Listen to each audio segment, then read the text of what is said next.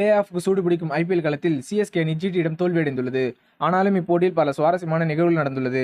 அதாவது இந்த சீசனில் ஏறத்தாழ பல முறை டாஸ் தோற்ற சிஎஸ்கே அணியின் கேப்டன் ருத்துராஜ் கெய்க்வாட் இப்போட்டியில் டாஸ் வென்றார். பின்னர் பந்துவீச்சை தேர்வு செய்தார். சுப்மன் கில் மற்றும் சாய் சுதர்சன் சதத்தின் மூலம் 20 ஓவர் முடிவில் 3 விக்கெட் இழப்பிற்கு 231 ரன்கள் சேர்த்திருந்தது ஜிடி அணி. அடுத்து பேட்டிங்கில் களமிறங்கிய சிஎஸ்கே அணி ஆரம்பமே அலங்கோலமாக அமைந்தது. பின்னர் மொயின் அலி மற்றும் மிட்சல் என இருவரும் அரை சதம் கடந்தனர்.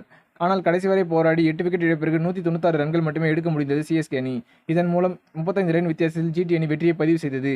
இத்தோல்வி குறித்து ருத்ராஜ் கெய்க்வாட் பேசுகையில், நாங்கள் ஃபீல்டிங்கில் கொஞ்சம் சொதப்பிவிட்டோம். 10 முதல் 15 ரன்கள் ஃபீல்டிங்கில் கொடுத்து விட்டோம். குஜராத் அணியின் வீரர்கள் சிறப்பாக செயல்பட்டார்கள்.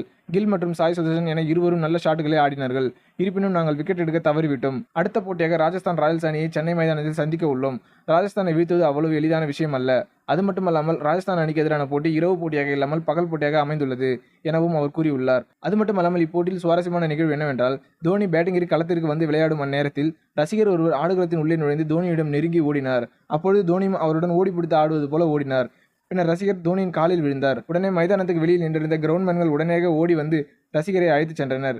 இதனை கண்ட ரஷித் கான் ஆட்டம் முடிந்த பிறகு பேசுகையில், தோனி ஒரு ஜாம்பவான். ரசிகர்களிடமிருந்து அவருக்கு புதுவிதமான அன்பு கிடைக்கிறது. அவருடன் விளையாடியதை நான் பெரும் அதிர்ஷ்டமாக நினைக்கிறேன் என்று அவர் கூறியுள்ளார். சாதனைகளை பார்க்கும்போது ஜிடி அணி நட்சத்திர வீரருமான தமிழக வீரருமான சாய் சுதர்சன் இப்போட்டியில் சதம் அடித்தது மூலம் ஐபிஎல் தொடரில் குறைந்த இன்னிங்ஸில் 1000 ரன்களை கடந்த வீரர் என்ற சாதனையை படைத்துள்ளார். இதற்கு முன் சச்சின் டெண்டுல்கர் 31 இன்னிங்ஸில் கடந்துள்ளார். தற்போது சாய் சுதர்சன் 25 இன்னிங்ஸில் கடந்துள்ளார் என்பதும் குறிப்பிடத்தக்கது. அது மட்டுமல்லாமல் ஐபிஎல் வரலாற்றில் ஒரே இன்னிங்ஸில் சதம் அடித்த ஓபனர்கள் என்ற சாதனையும் கில் மற்றும் சாய் சுதர்சன் படைத்துள்ளனர்.